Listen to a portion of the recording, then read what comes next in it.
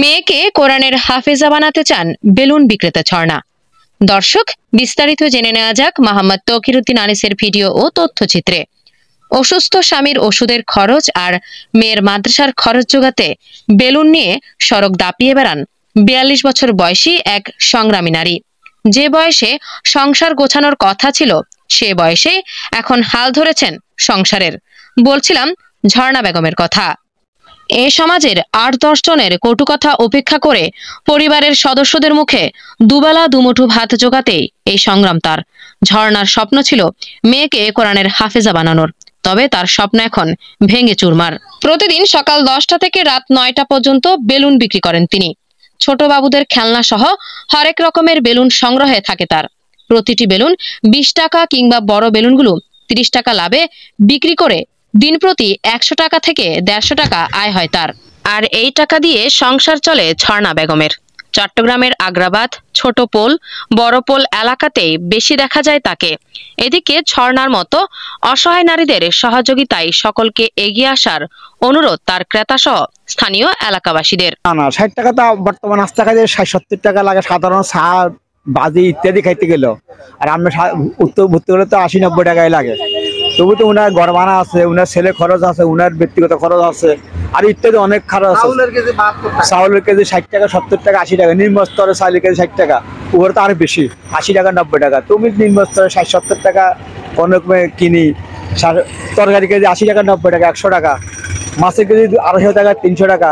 উনি তো আসলে আমরা মধ্যবিত্তে মানুষ চলতে কষ্ট হয়ে যায়। উনি তো একটা নিরীহ মহিলা মানে এবার চলতেছে, এটা আমি মনে করি। অনেকে যাকাত দেয়, পিত্রা দেয়, সহযোগিতা করে, সেসব বড় লোকেরা এদেরকে সহযোগিতা করে। এভাবে একটা সারি যাকাত না দিয়ে একটা নির্দিষ্ট অ্যামাউন্টের টাকা ওদেরকে দেওয়া অবশ্যই উচিত বলতে উনার উসুল্লে একটা উনাকে যদি মান্যগণ্য সহযোগিতা করে উনাকে উড়াতে পারে, উনি এককালে একদিন ধনী হয়ে আরো উপযুক্ত হয়ে গেলে উনি আরো সহযোগিতা করতে পারত। এভাবে দেয় কিনা এগুলা আসলে মানুষ দেয় না বলতে মানুষ কিছু ওই মানে দেখায়, মানে আইওয়াশ করে দেখায় অমুকের দিছে কিছু লোকের সিরিয়াল ধরায় দেখায় দিব, দেখায় আমি দিছি, বিলি করছি, এটা করছি।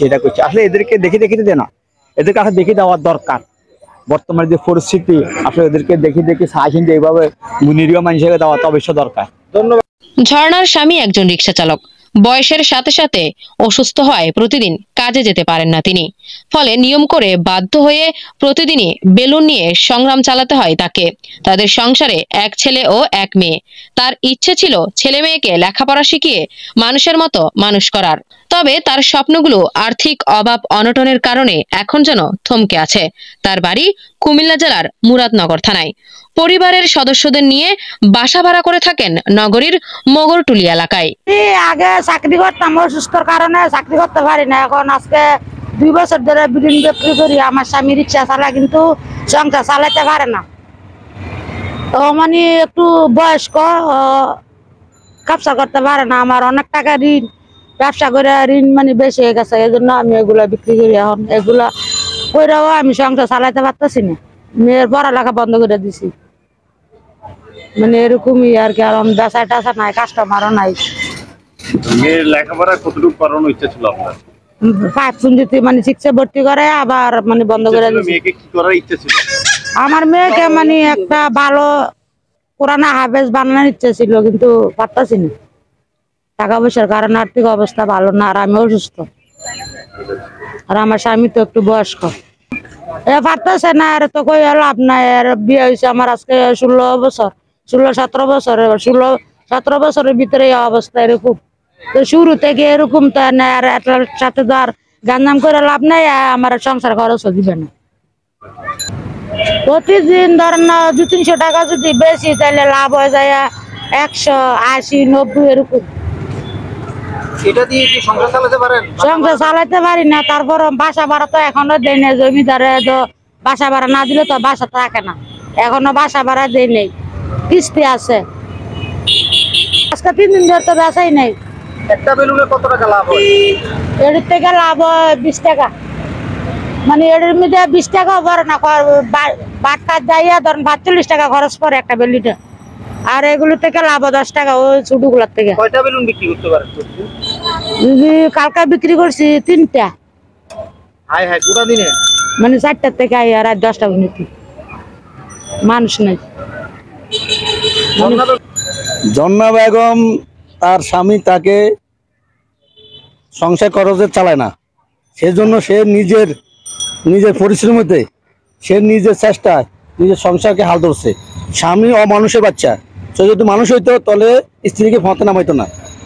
সে যদি ভালো হইতো, ভালো মুসলমান ছেলে হইতো, অথবা ভালো স্বামী হইতো, তাহলে সে তার স্ত্রীকে ফতে নামাইতো না, বাচ্চাকে রাখি অথবা ফরফরকে প্রেম করতো না, অথবা সে মানুষ নামে কলঙ্ক। আমরা সে সমাজকে বলতেছি, মানুষ এগিয়ে আসুন, ওই জন্না বেগমের মতন একটা সমাজ দেখেন কত কষ্ট হচ্ছে নিজের পরিশ্রমেতে। সে ইচ্ছা করলে খারাপ পথে যেতে পারতো, অন্য দিকে যেতে পারতো, সে না, এটা না, যে সে নিজে পরিশ্রম করে সংসার চালাতেছে, হাল ধরেছে। আমার সেটাই বক্তব্য। সে উদাহরণ দেখাইছে, যেন আমি এখন একটু আগে দেখি আসছি একটা মেয়ে বাচ্চা নিয়ে ভিক্ষা করে, সে কিন্তু জন্না বেগমের মতন যে কোনো একটা ব্যবসা বাণিজ্য করতে পারতো। সে ওই অবহেলার কারণে অথবা নিজের মানুষের হাত পেয়ে তার অভ্যাস হয়ে গেছে। তার এটা একটা হলো অভ্যাসের দাস, মানুষ অভ্যাসের দাস। সেজন্য আমরা তো কম নকরি খাই, আমরা আমার সংসার চালাই, আমাদের ছেলে মেয়ে আছে। কিন্তু জন্না বেগমের মতো সবাই দেখেন, সবাই জানেন, সবাই শুনেন, আপনার মাধ্যমে আমি বলতে জানাচ্ছি। এই জন্না বেগমের থেকে বেলুন কিনলাম। হ্যাঁ, অসহায় মানুষ, হ্যাঁ সবসময় দিই বাসার সামনে আমার, হ্যাঁ কর্ম করে খায়। জন্না বেগম উনি এখানে বেলুন বিক্রি করতেছে প্রায় অনেকদিন যাবত ধরে। তো আসলে উনি অসহায় বিধা বোধ করছেন, উনি বেলুন বিক্রি করতেছে। ঠিক আছে, ওনার সাংসারিক হয়তো কোনো ট্রাবল থাকার কারণে, ওনার ফ্যামিলি যে কোনো সমস্যা থাকার কারণে উনি বেলুনগুলো বিক্রি করতেছে। ঠিক আছে, হয়তো ওনার এই বেলুন বিক্রির কারণে ওনার সংসারটা চলতে আছে, এবং কি তার পরিবারে মনে হয় তার শিক্ষা ব্যবস্থা আছে, কারণ ওর ছেলে আছে, এখনো ছোট একটা বাচ্চা আছে, ওকে শিক্ষার আলোকিত করার জন্য। ঠিক আছে, তারপরে মানে উনি চাচ্ছে যে ওনার সংসারটা আরো উন্নত করার জন্য। স্বামী নাকি আসলে হয়তো জামাইটা চলে যাওয়া তুমি দুঃখ নিয়ে ভরে গেছে। আসলে এটা তো ঠিক না। এখন নিরীহ মানুষ এই টুকটাক ওই ব্যবসা বাণিজ্য করে নিজের ফ্যাট এবার একটা ছেলেকে চালান, ওনার জন্য খুব কষ্টকর। তবু না চালাইয়া ভালো না, বাধ্য করে উনি কোনো বিক্রি করতেছে না, কোনো চুরি ডাকাতি করতেছে, উনি একটা টুকটাক ব্যবসা বাণিজ্য করে নিজের জীবিকাকে নির্ভর করে চালাইতেছে। এটা আসলে খুব আনন্দ। এইসব মানুষদেরকে সরকার বা বিত্তশালী মানুষরা পাশে দাঁড়িয়ে সহযোগিতা করার উচিত কিনা? অবশ্যই উচিত। নিরীহ মানুষ এখন মনে করে কাউন্সিলর ইত্যাদি এলাকা মান্যগণ্য, এদেরকে সহযোগিতা করা খুব আমার মনে হয় উচিত।